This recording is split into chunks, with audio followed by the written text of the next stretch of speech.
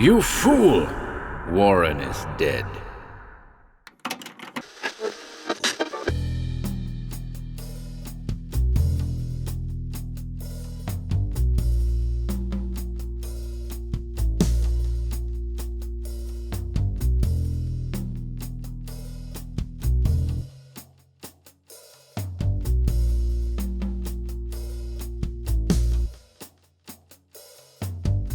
Welcome to HorrorBabble. I'm pleased to return today with a new Van Melsen story. Once again, we're guests at the private collection, listening to Norman Kane tell of a night trapped in a remote schoolhouse, hounded by strange, zombie-like creatures, in Case 13, when the door finally buckles. See the description for chapter times. And just a note, this one takes place in 2005, and as such doesn't follow on from The Night of the Seven Stories. I'm working on a novel to wrap up that particular storyline. Today's offering, and any other Van Melsen shorts that appear in the meantime, will take place prior to the novel.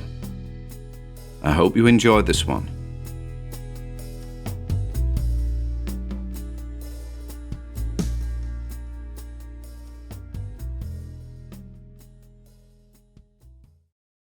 When the Door Finally Buckles, by Ian Gordon. Preface. What are those? Came the inquisitive tones of Jack Gill, thrilled to be once again a witness to the coveted private collection, that subterranean vault of cursed curios and terrifying trinkets at Kane's Rare Books. The man with the plastic hands paused in his tracks, spun on his heel. The look on his face was one of surprise. This was Gill's, fifth visit? And here he was, subverting the routine, intrigued by items the keeper of the private collection had shoved into a dark recess for a very good reason. Those jars, Gill went on, pointing. Kane nodded, approaching the objects with a great deal of reluctance. He gazed at them a moment. 3 medium-sized, screw-top glass containers they were, each filled to near capacity with an indistinct white substance. Residing at the back of a dusty cabinet, scarcely illuminated by the dim lamps scattered throughout the place, it was a wonder Gill had spotted them at all. Sand, Kane answered at last, his faux limbs resembling a pair of kitchen tongs as he extended them to retrieve one of the vessels. Plain old white sand. I highly doubt that, Gill blurted, his cheeks flushed with excitement. Kane huffed a somber chuckle, placing the jar on a nearby sideboard. Sensing his friend's uncertainty, Gill cleared his throat and took a step back. Kane was a creature of habit. It had been a little inappropriate of Gill to start barking questions. The private collection was Kane's theatre, his stories the acts of the play, and, as such, it was wise to wait for the proprietor to conclude whatever performance he had in store, before pummeling the man with queries. But, as it turned out, the man in the thick turtleneck had apparently warmed to the idea of discussing the mysterious containers, and beckoned Gill to join him at the sideboard. Grab the others, will you? Kane instructed, and Gill obeyed, placing the 2 remaining sand-filled jars next to the first, on the sideboard. They were unusually heavy, Gill observed. Recalling his manners, the visitor remained silent, as Kane rearranged the containers on the sideboard, sliding them back and forth with his firm appendages. All in a night's work, Kane said, his features suddenly cast in the paradoxical mould of one whose memories are loaded with a peculiar mixture of fondness and dread. And with that, the keeper of the private collection, his eyes fixed on the curious jars on the sideboard, transported his guest to a chilly October evening, back in 2005. Part 1. The Road to Munden. Cold days are not unusual in October, but this one was exceptionally so, especially in the Lancashire village of Dunsop Bridge, deep in the forest of Bowland, where a bank of freezing fog had settled like a blanket of ice. Such were the conditions as the paranormal investigator Peter Van Melsen and his bookish colleague Norman Kane rose from their respective slumbers at the Riverside Tavern, the Dunsop Inn. The pair were in the village on business, summoned to investigate the apparent presence of a zombie-like creature in the expansive Munden woods, a forest in the nearby Trough of Bowland. It was a journalist based in nearby Clitheroe who had contacted the PI, a casual Fortean Weekly reader who was familiar with Van Melsen's work. Susan Usher, writer for the respectable local newspaper, the Clitheroe Echo, had caught wind of the apparent shunning of the village of Munden following numerous sightings of a living dead man, and, naturally, had wanted to write about it. But, knowing how such news would be received by the general public, had wavered on the subject, the story, according to the paper's editor, being better suited for the disreputable press. Van Melsen was the ultimate recipient of Usher's tale, and promptly agreed to investigate the matter on her behalf. Though the PI frequently travelled the length and breadth of the British Isles in search of the weird and wonderful, Kane found himself in attendance with some trepidation. Only a handful of times had the pair made investigations together, and several of those outings had been more than a little challenging for the bashful bibliophile, resulting in losses both physical and otherwise. But today's investigation was in his own backyard, at least within the boundaries of his home county of Lancashire, and, being familiar with Dunsop Bridge and the Forest of Bowland in general, he'd agreed to accompany his old friend, on the proviso that the PI handle exclusively any physical threat that might rear its ugly head, supernatural or merely mundane. This, of course, was just hot air, for Norman, a man of some 40-odd years at the time, was as brave a character as one could hope to know, a loyal companion that could be depended on regardless of the nature of the threat. The PI knew this only too well, and would welcome his friend's presence whenever Kane was willing to provide it. That morning, after a hefty breakfast coupled with multiple cups of fresh coffee, the pair, donning insulated winter coats and robust hiking boots, set out on foot along Trough Road, following the meandering Langdon Brook in the direction of Munden Junction. From there, the pair would continue along a gravel track towards the abandoned village of Munden, where, along the edge of the forest, the alleged member of the living dead had been spotted, terrifying and then pursuing a dozen or so day hikers. Conversation between the two men was stilted, a result, no doubt, of the biting cold that surrounded them. The fog was something to behold, blinding and debilitating. The pair trudged along the road for more than an hour before reaching Munden Junction. No vehicles passed them as they went, the sensible denizens of Bowland keeping to the safety and comfort of their heated homes. And the oppressive fog showed no signs of lifting, maintaining its stifling grip over the unseen landscape. "Just another 30 minutes or so," Van Melsen said to Kane, who, for the moment, had stopped to grab a breather at the corner of Trough Road and the gravel track. Nodding, the bookworm collected himself, and off they went, rapidly consumed by the dense fog hovering above the track. Half an hour later, just as the PI had estimated, the pair found themselves on the outskirts of the abandoned village of Munden, Kane practically stumbling into the dilapidated sign that stood at a disagreeable angle in a small clearing at the end of the track. Though the fog was still thick in the air about them, the chill had abated slightly, due to the advent of the surrounding trees, no doubt, hidden as they were.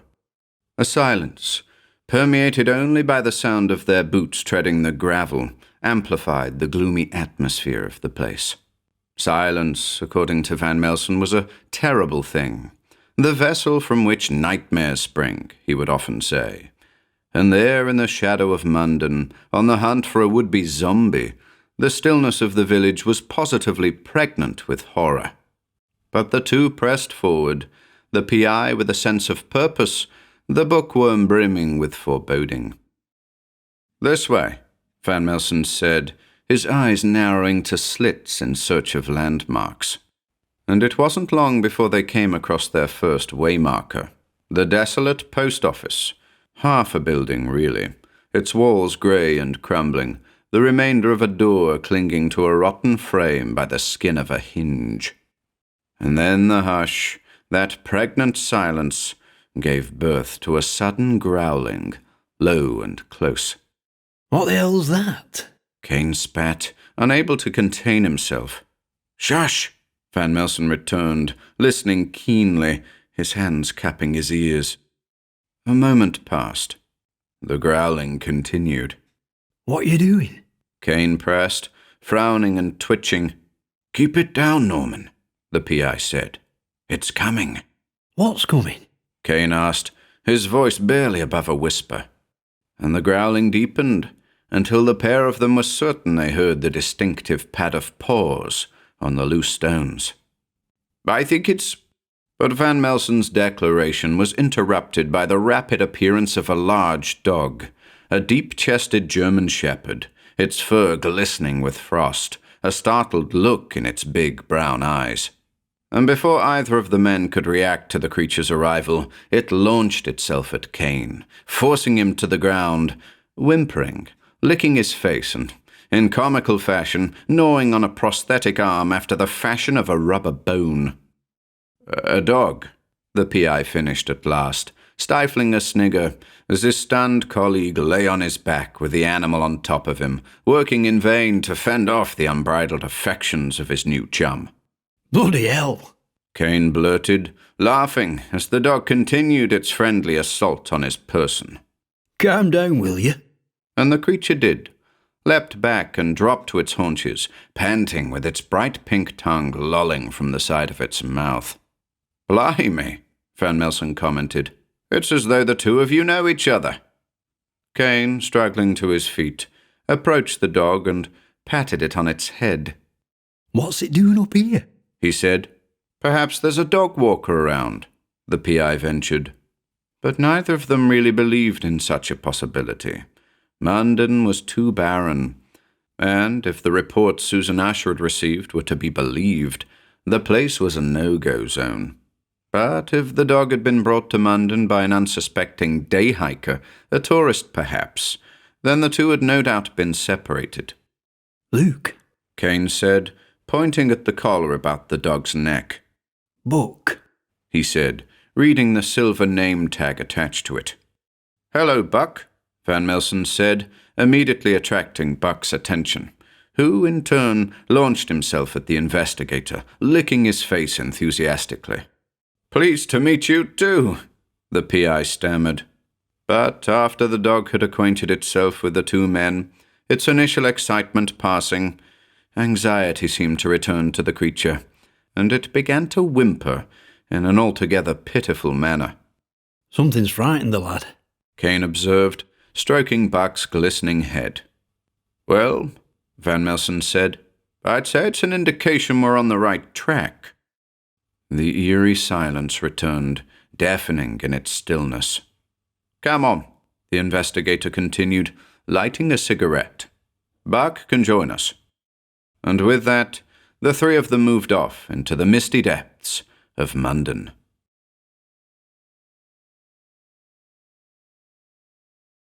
Part 2. The Desolate Village. The cause of Munden's decline is disputed. Some say the tourists stopped passing through following the Great Flood of 1989. Others say that the older generation simply died out, leaving, in most cases, few heirs to the numerous farms and forests. The younger generations took off to nearby cities, Preston and Manchester, openly opposing the relentless demands of agricultural life. But the history of the deserted village was of little interest to the paranormal investigator. Van Melsen's concern was the present, specifically whatever it was that was said to be haunting the place, if, in fact, such a thing really existed. It's always been a weird place, Kane said, as he and the PI negotiated the overgrown streets, following, for the most part, the rambling thoroughfare that, despite Munden's reputation, was, up until recently, regularly frequented. With the German shepherd Buck at his heels, the bookworm eyed the ramshackle remains of barns and cottages, their low vernacular construction typical of the region. Van Melsen was on the lookout for tracks, footprints in the gravel, betokening those of Buck's owner perhaps, but there were no markings whatsoever, other than those made by the dog. Reaching a broad precinct, where the track gave way to cobbles, the pair discovered a bench, the perfect spot for a bite to eat. Out came the sandwiches, which, owing to the presence of their new companion, were divided 3 ways. Buck swallowed down the half of a corned beef butt he offered him, and watched with infinite patience as his new, albeit temporary masters devoured theirs. Van Melsen lit a cigarette and pulled out a flask, pouring hot tea into a couple of silicon cups, all the while watching and listening for any evidence of the thing which he sought. You've been pretty tight-lipped about this one, Kane said, looking to his friend and colleague. The investigator nodded, sipping his tea and puffing on the cigarette. I have, old friend, and for that I apologize. A couple of seconds ticked by, before Van Melsen continued. As I said, he resumed, facing Kane, the journalist Usher received at least 13 separate reports concerning the thing. A pale corpse, it was described as, said to follow those encountering it at a staggeringly slow pace. Zombie's the right word, then, Kane commented, stroking Buck with a plastic hand. I'm not so sure, the investigator said. My thoughts suggest more of a Frankenstein's monster. There's usually a person or persons responsible for the appearance of such things. Sounds reasonable, Kane agreed, clutching his cap awkwardly. I don't like these conditions, Van Melsen said, shivering slightly. That's the 3rd time you've said that. That's because I really don't like these conditions. Well, what were you expecting? Oh, I don't know, a spot of rain, partial cloud cover, perhaps a bit of sun. Kane laughed. Ever the optimist, he said. Ever the pragmatist, the PI corrected. Logic states that it is very unlikely for one to be exposed to freezing fog in the middle of October. Look at our Buck there. The poor chap's sodden. Aye, but he's prepared for it. True, Van Melsen said, admiring the dog's glossy coat. Give him a drink, will you? And Van Melsen complied, pouring a mouthful of water into a hastily crafted foil bowl. Buck sniffed at the offering, but turned his nose up at it. Please yourself, the investigator said, shaking his head. The 2 men, with Buck faithfully following, continued their search of Munden, negotiating a number of narrow ginnels and a succession of wild gardens, before reaching the edge of the forest, the epicenter of the weird sightings. Here, in the shadow of a great beech, Buck's demeanor changed once again. His tail disappeared between his legs, and his ears went flat to his head. The dog whimpered softly and moved closer to Kane. What is it, boy? The bookworm asked, knowing to trust a dog's instincts. Listen, Van Melsen said, raising a hand above his head. He turned and looked to the trees. With the denseness of the woods and the encompassing fog, visibility was poor, but somewhere ahead, amongst the oaks and the ashes, something was inching its way towards them, the familiar sound of heavy feet crunching crispy leaves reaching their ears. Hello? The PI called, not really expecting an answer. Who's there? No reply followed, only the footsteps sounding from the blanket of mystery ahead. I'm not sure, Kane said, retreating a pace. But it sounds to me like there's more than one person out there. I think you're right. At least 2 or 3 individuals. But I thought the sightings were of a single individual. Reports of a zombie-like creature, Van Melsen reiterated. Not necessarily the same zombie-like creature. Christ, Kane mouthed, and as he did so, the pair's first glimpse of a cadaverous frame lumbered into view, emerging from the wall of mist like a mummy rising from a pit of sand. And that was exactly what the thing looked like.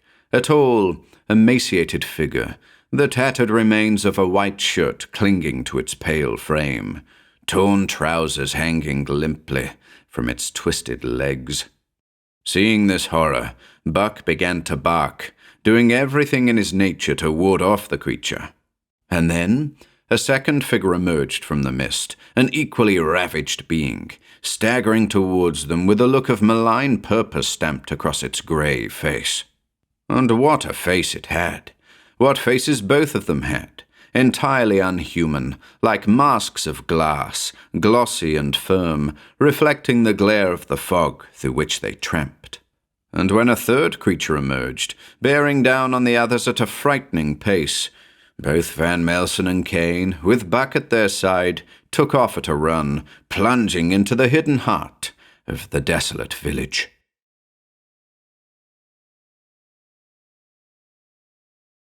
Part 3. The Old Schoolhouse. Ultimately, Buck was responsible for where the fleeing figures ended up. The fog, biting and blinding as it was, only served to impair the PI and the bookworm, resulting in nothing but a mad dash into oblivion.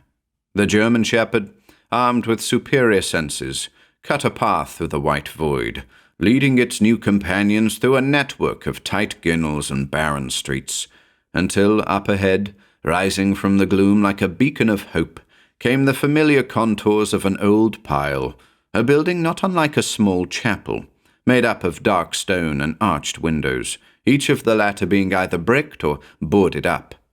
Buck, racing towards the structure, tail in the air, dashed towards the only obvious means of ingress, a large wooden door overlooking a patch of rough ground. Barking as he neared the door, Van Melsen and Kane rushed up behind him, and, urged by the dog's ardent yelps, flung the door open. Rushing inside, the PI yanked it shut behind him, immediately locating and throwing fast a series of bolts. A silence followed, a heavy silence, disturbed only by the sound of heavy breathing and Buck's panting. An open letterbox, missing its covers, afforded a partial view of the village without, or rather, a view of the harsh fog that dominated all.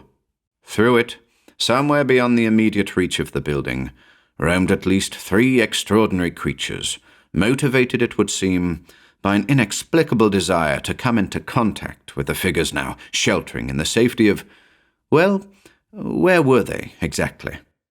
Knew about this place, did you, boy? Kane asked, addressing the panting animal at his side. Munden Schoolhouse, Van Melsen said, drawing Kane's gaze to a weathered notice board hanging from the wall of the reception hall into which they'd plunged. Sepia flyers dangled from faded drawing pins, announcing upcoming events and staff holidays. The tattered remains of photographs hinted at the recipients of Star of the Month. Award-winning works of art hung limp and torn, stained by mold and moist with fungus. But most notably, amongst the relics of a once thriving school, was a special notice printed in bold black lettering.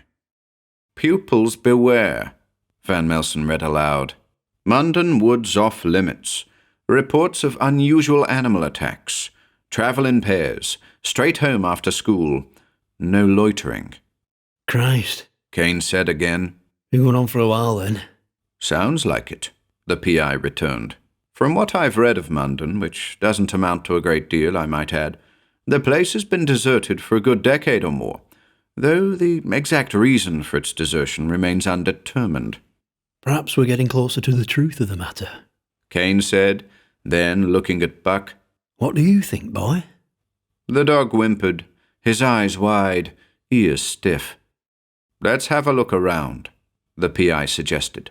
If those things are after us, I'd like to make sure the place is secure. And so, guided by the light spilling in through all manner of cracks and crevices, the pair went about a search of the schoolhouse.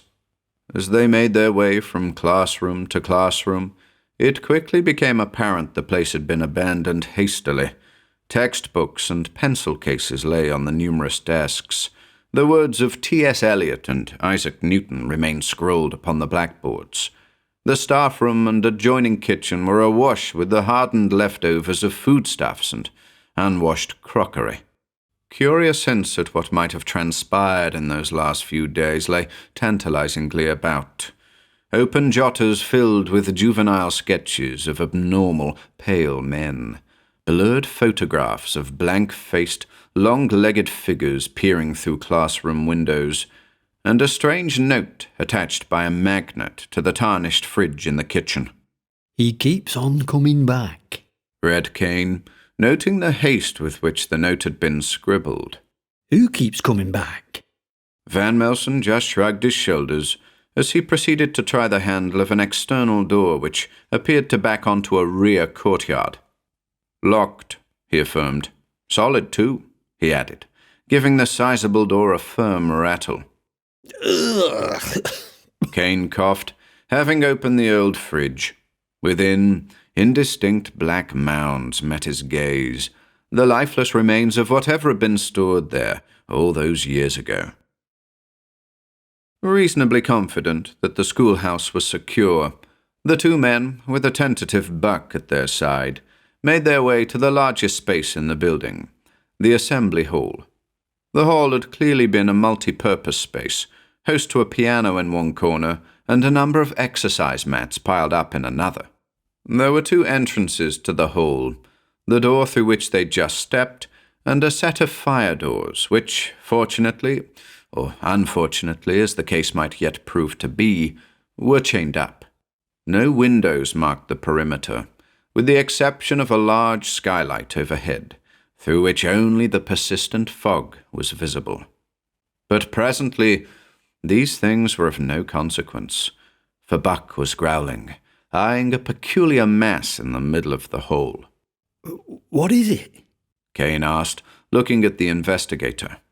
"I don't know," he said, "but our friend here certainly doesn't like the look of it." Approaching the mass, the pair beheld a rough smattering of what appeared to be white sand, on top of which were a few items of clothing, a white shirt, torn and soiled, a pair of dark trousers, nondescript, a single boot, unlaced and split at the sole, and— "Is that a wallet?" Kane said, spotting a square brown shape amid the sand. "That it is," Van Melsen confirmed, reaching for the object. Buck growled again as the investigator opened the wallet and produced a number of items. 2 debit cards belonging to one Francis P. Juniper, a national insurance card belonging to the same individual, and the bottom half of a driving license, again bearing the name of Juniper. "Juniper, eh?" Van Melsen mused. "Not a name you hear every day." "True," Kane agreed. "but more importantly," he went on, studying the sand beneath his feet, "what the hell happened to him?" Buck continued to growl, his snout in the air, sniffing fervently. "I don't know," the investigator said. "But look here," he continued, drawing Kane's attention to the items plucked from the wallet. "Look at the dates. These cards haven't been issued yet." "Eh?" Kane barked, rubbing his brow with a stiff finger. The driving license, however, was issued in 1987. That doesn't really tell us anything. "I think it's time for a drink," Kane said, gesturing to his backpack. Taking the wallet and its contents with them, the two men proceeded to establish a base camp of sorts in one of the smaller classrooms, a room with the word Birch above the door. Within, they cleared a space for themselves in a well-lit corner and unloaded their supplies. "So," Van Melsen began, clearing his throat, "we've half a flask of tea, 3 bottles of water, 5 cereal bars, a sandwich apiece, 2 bags of mixed nuts, a tub of trail mix, and—" He paused, reaching into the bottom of Kane's backpack. "A can of cloudy lemonade." "Aye," Kane said, nodding. "Should do as the night, at least," the investigator observed. "Christ, you think we're here for night?" "I would have thought so." "But because of those things out there?" "What else?" The bookworm sighed, looking to Buck for reassurance. The dog peered back at him with its big, sympathetic eyes. I don't like being shut up in here. Kane continued, glancing up at the boarded windows, doubting the integrity of the panels. It's too big a place. Oh, I don't know, Van Melsen said. Seems as safe a place as any, in a half-forgotten, crumbling village. At least we won't freeze to death, Kane said, drawing his thick coat closer about him. The PI poured out a couple of small portions of tea, then offered Buck some water in a bowl he'd procured from the staff room. This time, the dog took a series of gulps, seemingly content for the moment. But the moment would be short-lived. Part 4. Knock, Knock. Buck was the first to notice, confirmed by a change in demeanour, a bristling of the furs, a succession of low snarls. The German shepherd's head whipped around like a magnet drawn to a box of iron filings, and the men in the dog's company instinctively knew what was to follow. Clear though the raps were, reverberating throughout the hollow corridor, the sounds were filled with terrible, muffled suggestions, indicative of the strange, unhuman hands that made them. Neither Van Melsen nor Kane uttered a word. Neither moved, simply held their positions in the corner of birch, whilst Buck, full of nervous energy, continued to tremble and growl.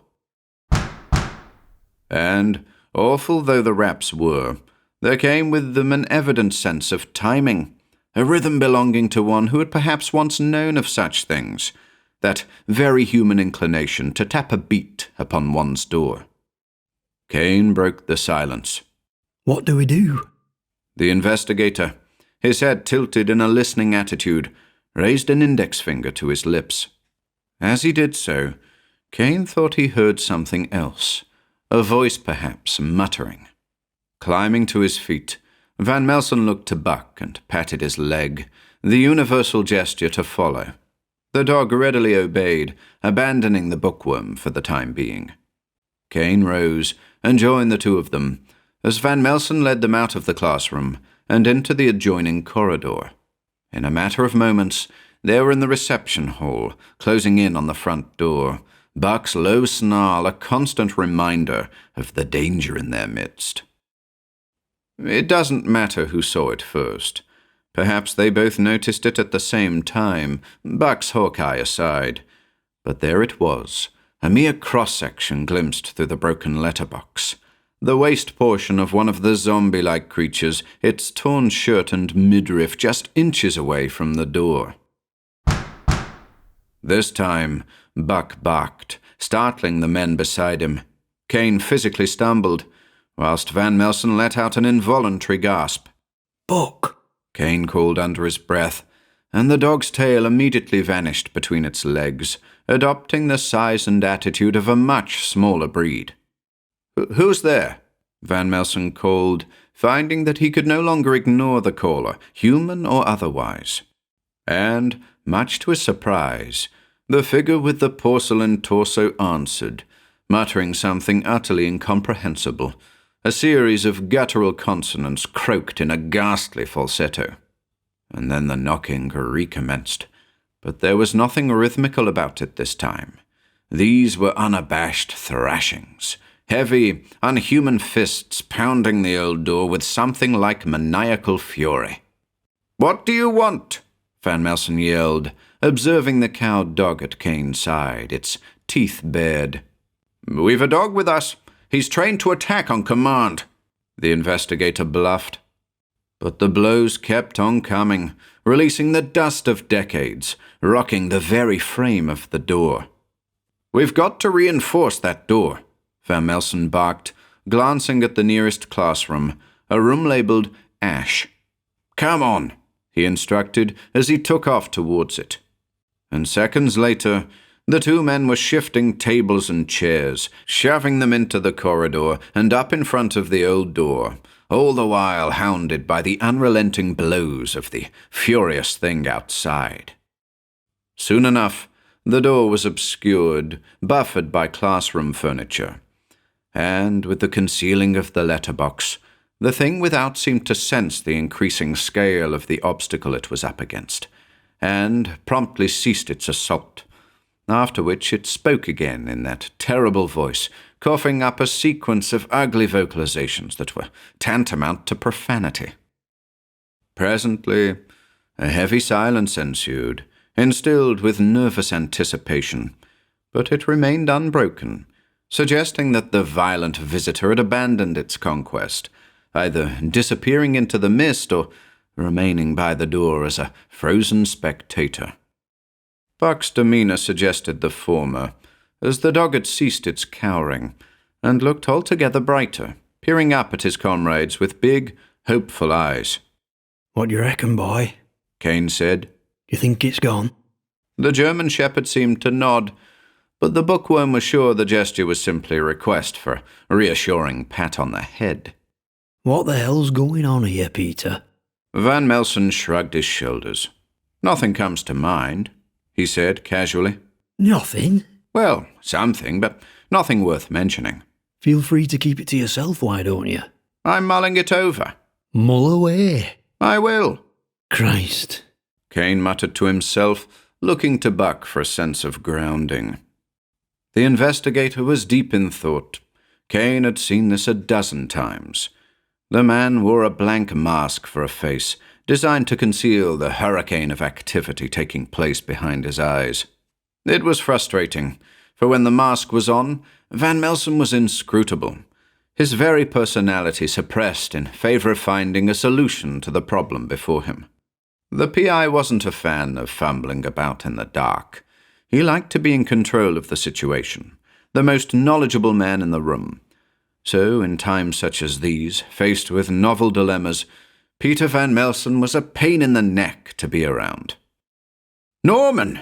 the investigator abruptly yelled, yanking Kane from his reverie. Buck was surprised, too. Not even the finely tuned senses of the German shepherd had seen it coming. Spinning around, Kane immediately saw the object of Van Melsen's terror. A figure shambled towards them, another glassy-eyed, blank-faced monstrosity, having inexplicably emerged from a classroom at the opposite end of the corridor, a room labeled Oak. This thing, just like the others the men had encountered on the edge of the forest, was bearing down on them with purpose, its strange gash of a mouth seemingly caught in the act of chewing or grinding its teeth. But the thing didn't stand a chance, not against Buck. The dog, slavering with bravado, took off at a sprint towards the bungling figure, leapt at it like a starving animal, and gnawed at its porcelain face. In a matter of moments, Buck tore the thing limb from limb, sinking his teeth into the soft, chalky flesh of the thing, drawing no blood, only a fine powder. White sand, just like the pile that had been discovered in the assembly hall. Without so much as a grunt, the creature collapsed before the wide-eyed glares of Van Melsen and Kane, hitting the ground like a cloud of dust blown out of a vacuum cleaner. Buck, his chomping jaws still engaged, went after these elusive particles, leaping and biting, till all that remained was an indeterminate mound of sand. This, and the remnants of the thing's outfit, a torn white shirt and a pair of dark trousers.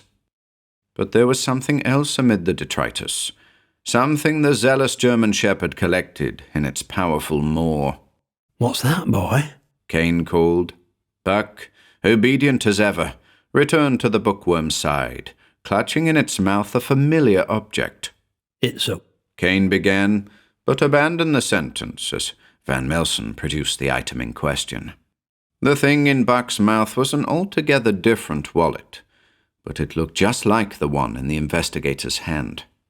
"Let's have a look at that, Buck," Van Melsen said to the dog, extending a skeletal arm. The dog complied. Just as before, the PI inspected the contents of the wallet and was flummoxed to find precisely the same items he'd found in the first wallet. "Norman," he said calmly, "I have a confession to make." Aye? Van Melsen nodded, saying simply, "I haven't a clue what's going on here." Kane laughed, then frowned as a realization came to him. Before you say anything else, he said quickly, I think we should figure out how that thing got in here.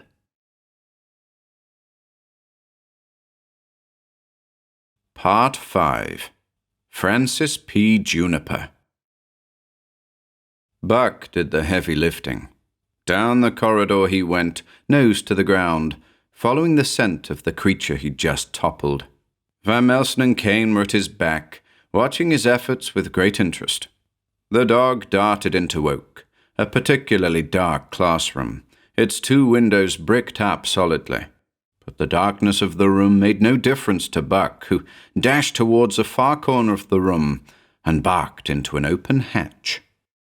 A flight of steps descended into an indistinct space. How often had he come up against such a sight? Van Melsen mused as he stood by the hatch, stroking Buck's head. Withdrawing a cigarette, the investigator lit it and held the lighter out in front of him. "Wait here," he said, as he made to descend the steps. Watch out down there, Kane advised, as the intrepid PI disappeared into the gloom. A minute or so later, Van Melsen called up from below. "All clear," came his dulcet tones, and then a series of clicks resulted in the advent of dim light. With Buck at his heels, the bookworm descended the steps, joining the investigator in a compact cellar, a storage space it would seem, filled with folded tables and chairs, piles of textbooks, and in the middle of the room a sizable desk, on which Van Melsen had discovered a kerosene lantern. Other than a couple of brass air vents, the staircase was the only way into the space. "Our friend must have been down here all along," the investigator said, puffing on the cigarette. Christ, Kane muttered again. What if there are other rooms like this? "There probably are," Van Melsen said, unreassuringly. Then we'd better double check. "And we will," the PI went on. "But I think we should take a look at these notes first." Notes? Kane repeated, crossing the space in the direction of a bunch of papers laid out on the lantern-lit desk. "A regular assortment. Some strange ideas jotted down here." Like what? "Like this," Van Melsen said, selecting a single piece of stiff, lined paper. "He keeps on coming back," he read aloud. "Remember the note on the fridge?" Aye, Kane said, nodding. "It goes on," the PI continued. "He keeps on coming back. The kids have seen him. He's all out of shape, creeping up on people in the woods, clutching at them, spitting at them. Smith says he saw him sink his teeth into a tree, for goodness sake. Lost a few of them in the process. The man's mad, I reckon. Demented. And then he just disappears. Gone for days on end. The police are called out and he's nowhere to be found. And then he comes back. Keeps on coming back." we've seen a bunch of them today. Kane said. Those notes describe a single individual. "Do they?" Van Melsen said, raising an eyebrow. "I'm not so sure." The bookworm just looked at him quizzically. "Come on," the PI said, gathering the papers up. "Let's make sure there are no more of them loitering in hidden rooms." Once more, Buck led the way, as the 3 figures moved through the schoolhouse systematically, checking every square inch of floor space for inconspicuous trapdoors.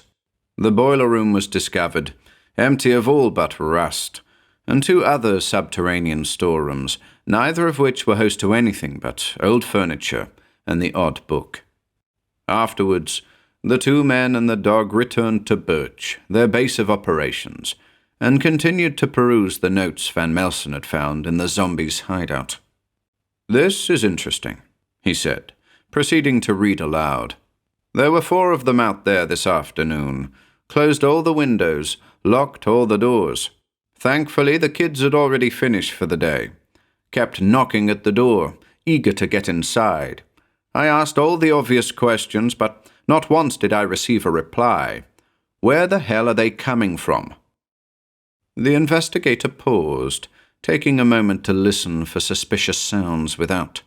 Buck was on high alert too, but the moment quickly passed. Van Melsen returned to the papers. "One of the kids found a wallet at the edge of the forest," he read. "Seems it belongs to a chap by the name of Francis Juniper. Where have I heard that name before?" Were indeed, Kane put in, baffled. "Well," the PI said, pondering, "could the fact that the name is familiar to the writer indicate that Juniper is or was a resident of Munden?" Depends who writer is and where they're from. Kane countered. Van Melsen nodded, struggling to put the pieces of the puzzle together. He lit another cigarette. The remainder of the pages spread out on the parquet floor beneath him were especially mystifying. Little more than the jumbled thoughts of a would-be investigator spilling out onto paper. Van Melsen pushed them aside for the nonce and turned his attention to the contents of the two wallets. "Look," he said, identifying two matching debit cards. Identical cards, but issued on different dates. One, June 2007, the other, August 2007. Curious. Kane commented. Easily explained, though. How so? Well, as unlikely as it might be, two Francis P. Junipers ended up here in Munden and lost their wallets. Unless you're thinking these are duplicate wallets. Now that would be very strange indeed. That's precisely what I'm thinking, the investigator stated, puffing on the cigarette, his long, pronounced features exaggerated by the dim light. "It's just a shame the photographs on the driving licenses are obscured." That is rather unfortunate. "As for the other cards," Van Melsen went on, rearranging the rectangles of plastic on the floor, "none of them match." That's because they belong to different people, Kane stated affirmatively. Van Melsen shook his head.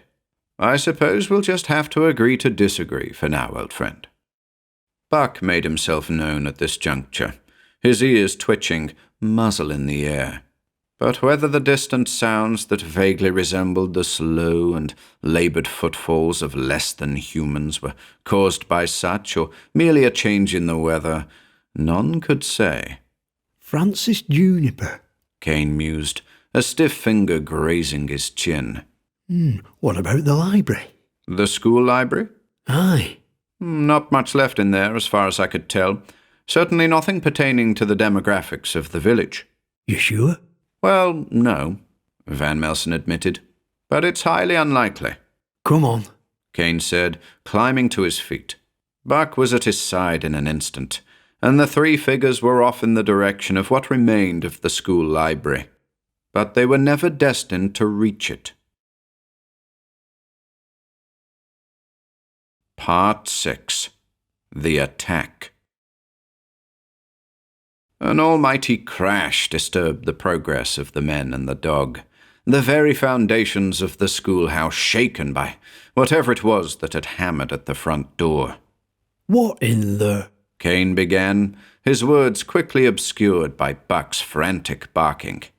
Returning to the reception hall, the three figures watched as a second impact struck the heavy door, rattling the haphazard pile of furniture that bolstered it.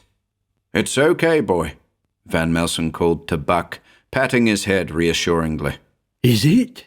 Kane yelled, aware of voices now, dozens of low, droning vocalizations, apparently just beyond the threshold.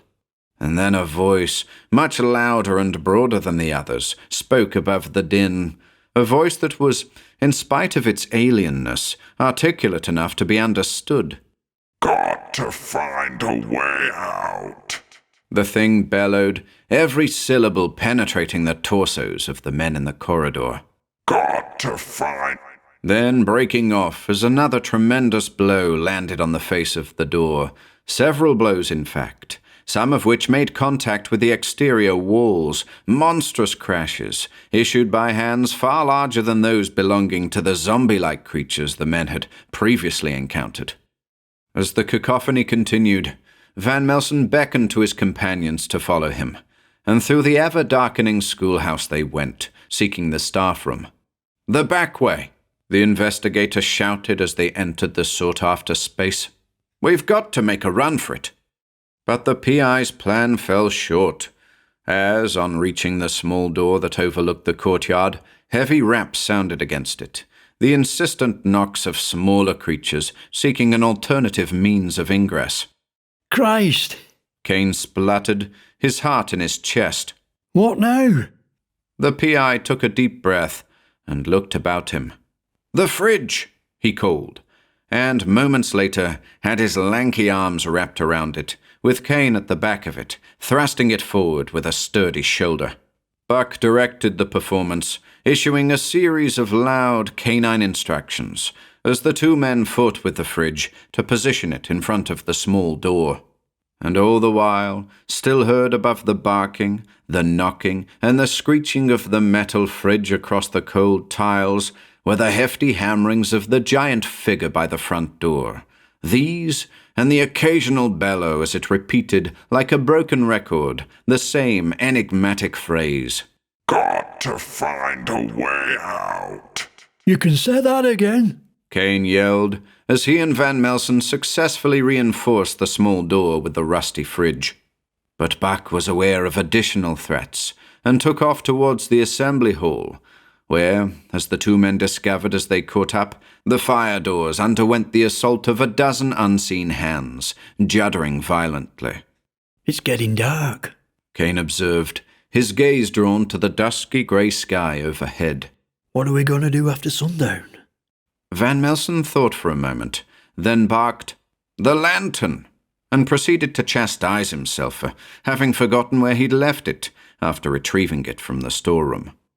Fortunately, the lantern was waiting for them in the corridor connecting the reception hall to Birch, and there the investigator relit it, and in the same breath lit another cigarette, his head spinning with the surrounding cacophony that was pummeling his senses. Clutching the lantern in one hand and the cigarette in the other, he led the way back to Birch, where, in the relative comfort of base camp, the two men and Buck took refuge, praying that the door, aged and battle-worn though it was, would continue to endure the heavy blows of the thing that sought to destroy it. What the hell is that out there? Kane muttered, clinging to Buck like a frightened child. "I don't even want to surmise," the PI returned, puffing on the cigarette as though his life depended on it. "But it's big, and it's angry." Got to find... The thing began again, but was promptly silenced by another sound, an altogether different variety of report, that of a large rifle or shotgun. Then other shots followed, fired from a variety of weapons, or so it seemed, coupled with the gleeful cries of men and women, who, apparently, were out on the hunt. "Die!" screamed one. "Get the hell away from there!" cried another. And then, as Van Melsen and Kane listened, "Watch out!" shouted a third voice, and was quickly followed by a series of appalling croaks and groans, as something, perhaps a number of somethings, closed in on the shouter, and, ostensibly, tore the unfortunate individual apart. Further shots were fired, accompanied by wild, inarticulate yells and roars, as the men and women on the hunt were surrounded and devoured, one by one. But following one last scream, a truly appalling shriek that echoed throughout the length and breadth of the old schoolhouse, a silence fell over all, broken by nothing but the soft whimpers of the German shepherd. Van Melsen, who'd allowed the cigarette in his hand to burn down to the stub, sat stunned, unable to move. Kane sat likewise, his gaze absently searching the flaking walls of Birch. Though their eyes had seen nothing, their ears had caught the whole story, the arrival of the hunters, the shootings, the inevitable destruction at the hands of the porcelain zombies. What just happened? Kane managed at last, his breathing heavy and unsteady. The investigator simply nodded, acknowledging the conclusion hidden in the shadow of the bookworm's question. It was as he sat there, bewildered, that Van Melsen saw something of interest amidst the papers sprawled across the floor. The sheet in question, a fragment titled "The Vitrified Man," ran as follows. "Saw him again today. Got right up close to this one. Felt he was different somehow. less intimidating. And he was different, tidier, cleaner.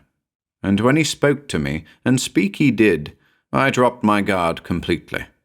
It wasn't easy listening to him, because his jaw went on crunching the whole time, causing him, I think, a great deal of pain. But I caught enough to know that something truly uncanny is going on. He, the real he, that is trapped somewhere, and he's trying to find a way out of that place, a place he either couldn't or wouldn't describe. Says he's stuck there, that the versions of him that appear in Munden, including the version addressing me, are merely vitrified copies, doomed to roam the woods like mindless ghouls. They, the vitrified men, are created when he attempts to cross the threshold, whatever that means. I said I'd like to help him, but my words were lost on him, seemed incapable of acknowledging me. Wandered off in the end, disappearing amongst the trees. To tell the truth, I was glad to see the back of him. But I know he'll be back. He always comes back. Better keep the fires burning. So much for an explanation, Kane said, sighing heavily. The vitrified men, Van Melsen mused, lighting a cigarette.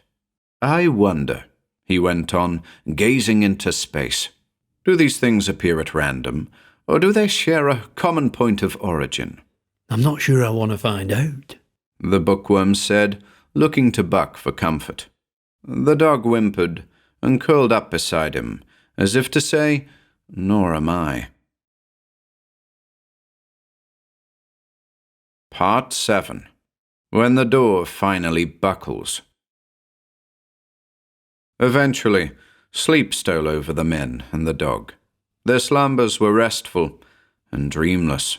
But a familiar sound roused them at some untold hour, a little after dawn apparently, for the sky, plainly visible through the skylight above their heads, was tinted a deep purple. The fog, at least, had finally dissipated. Here we go, Kane croaked, climbing to his knees from his slumped position against the wall. Buck responded with a familiar snarl, instantly up on all fours. Van Melsen, his eyes still closed, groped for a cigarette and lit it blind. Like the creatures that hounded them, the two men rose to their feet and ambled out of birch, inching towards the reception hall. Voices droned without, the same voices they'd heard 12 times or more. But the distinctive voice of the would-be giant, fortunately, was absent from the cacophonous chorus. The keen eye of the investigator, now wide open, immediately saw a gaping hole in the door, a hole created, no doubt, by the backshot of one of the weapons fired the previous evening. The slug had also torn through the furniture piled up against it, reducing the effectiveness of the barricade. There was sand on the floor, great mounds of it, blown inside after the fashion of blood spatter. And then, as Van Melsen studied the damage, a face appeared at the hole, a white porcelain face, perfectly round and fixed in a grimace, its unhuman jaw going round and round like a Catherine wheel. It attempted to speak, this thing, coughing inarticulate consonants through the door, vocalizations utterly foreign to the spectators in the reception hall. Buck was raring to go, baring his teeth, saliva dripping to the floor, mixing with the sand. His deep growl was filled with menace. The German shepherd meant to mortally wound anything that penetrated the barricade. And then the knocking started again, but with increased vigor, a thorough pounding, the purpose of which was written across the horribly plain face that watched the occupiers of the schoolhouse through the hole in the door. This isn't good, Kane muttered, taking a step back. The pounding continued, shaking the door in its frame, a door much weaker now, following both the barrage of the unseen giant and the shotgun blast that had injured it. The things on the other side were all over it, pushing and pulling at the handle, clutching at the edges of the jagged hole, hurling themselves forwards with unbridled intent. What do we do? Kane went on, as the door began to creak, bowing in places. Van Melsen, throwing the cigarette on the ground and stamping on it, said, "We get the hell out of here." And it was with those fateful words that the door finally buckled under the immense pressure from without, and in poured a horde of assorted zombie men, all alike, round white faces, torn white shirts, dark trousers in various states of shabbiness. Kane clutched at Buck's collar with his stiff fingers, dragging the dog away from the intruders, forcing him to retreat, as he and Van Melsen turned and fled along the corridor, seeking a way out of the schoolhouse. Into the classroom labelled Holly they leapt, throwing the door closed behind them, and shoving in front of it a solid oak sideboard, an object heavy enough, they hoped, to hold off the interlopers for some minutes. The investigator had opted for Holly, as he'd spotted a potential means of egress on an earlier visit, a stepped shelving unit leading to a gaping hole in the vaulted ceiling. With a bit of luck, the trio might be able to climb the shelves and leap from the schoolhouse, and so to safety.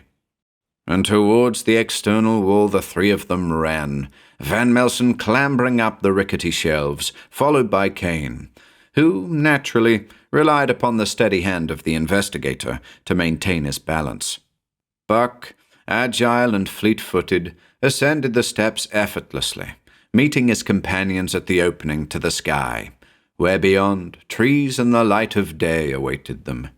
Directly below lay a drop of some 10 feet, a hazardous descent, potentially, but given the threat the three of them were up against, a sheer drop to the gravelly earth was well worth the risk.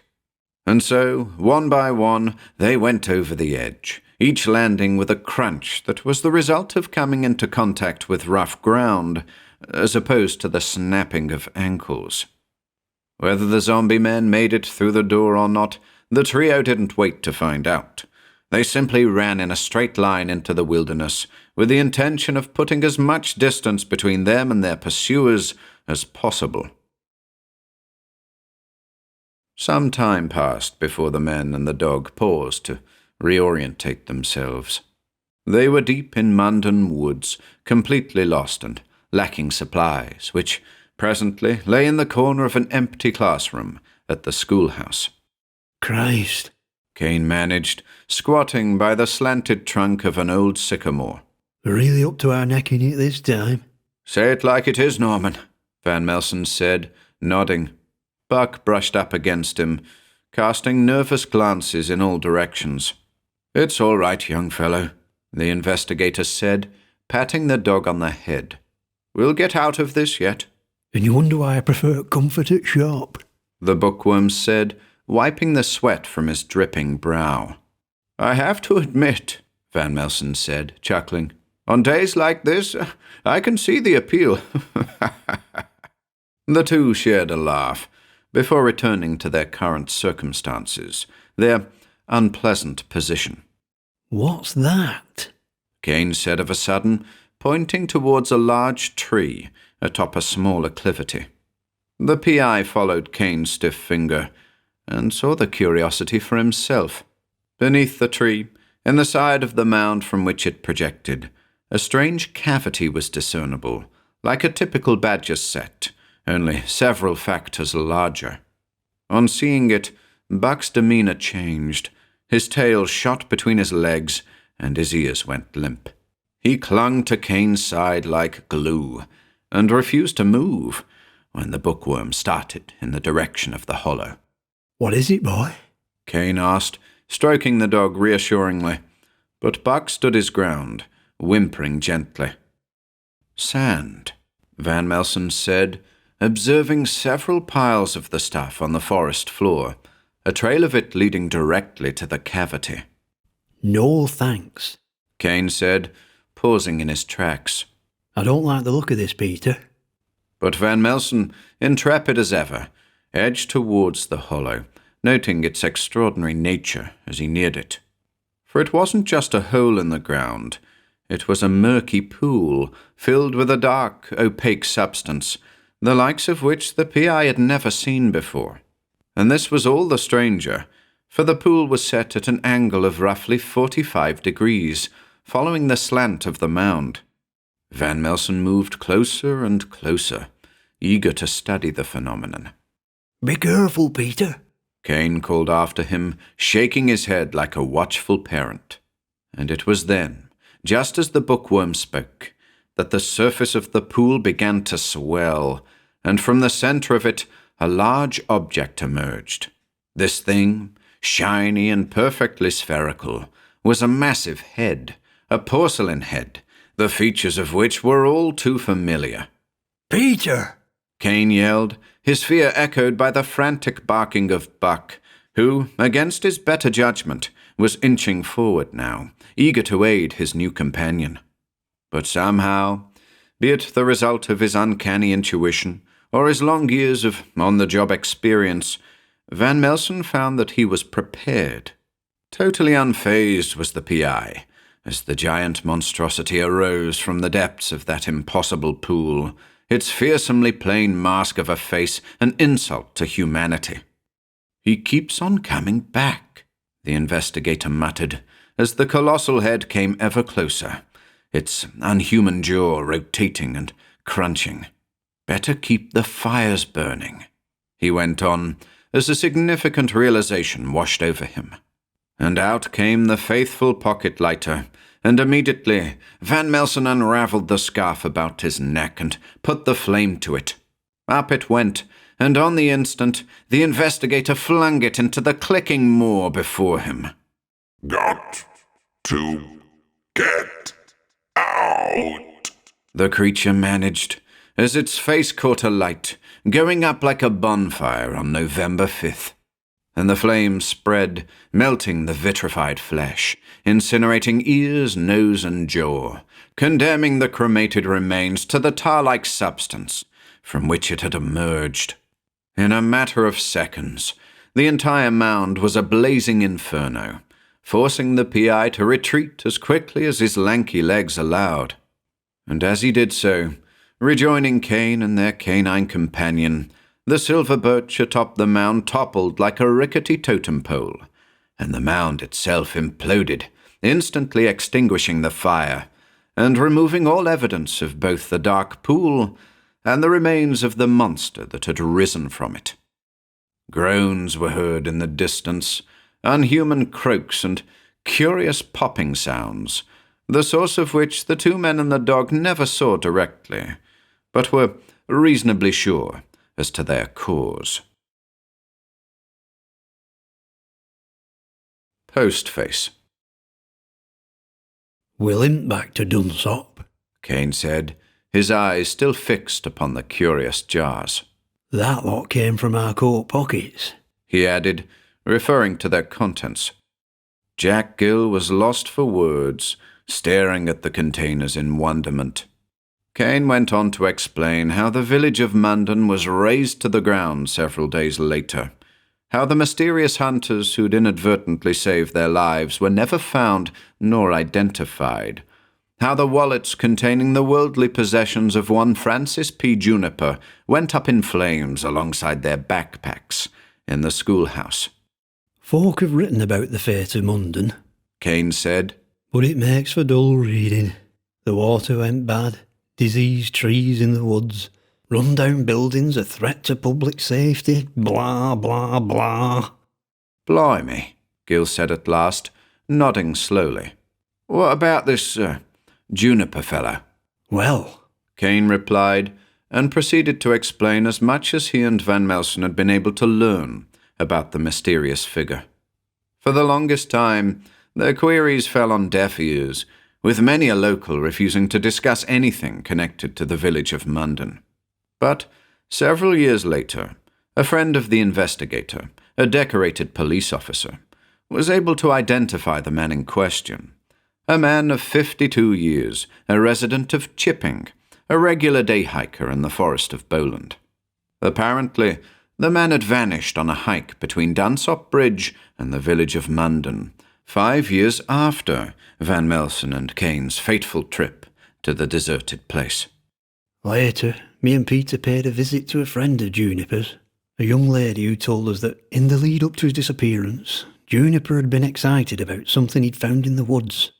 Kane paused, seemingly distracted by the jars. "What was it?" Gill asked. Eh? Kane mumbled, startled. The thing that Juniper found in the woods. Ah, well, the young lady couldn't tell us. Couldn't? Gil pressed. Kane simply shrugged his shoulders. Wherever that unfortunate chap ended up, he wanted out of there. Gil wanted to ask about the zombies, the vitrified men.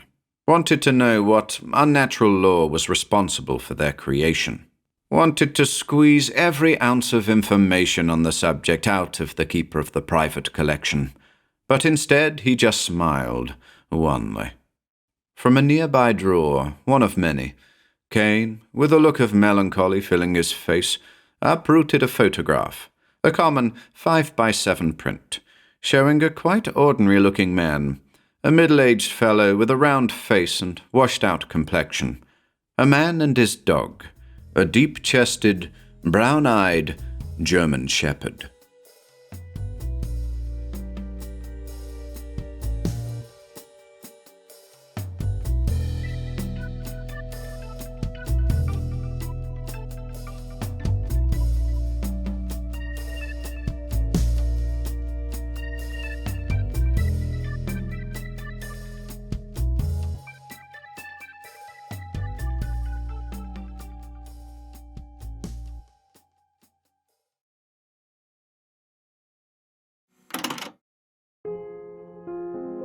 If you enjoyed listening today, be sure to subscribe to the channel by hitting the red subscribe button below.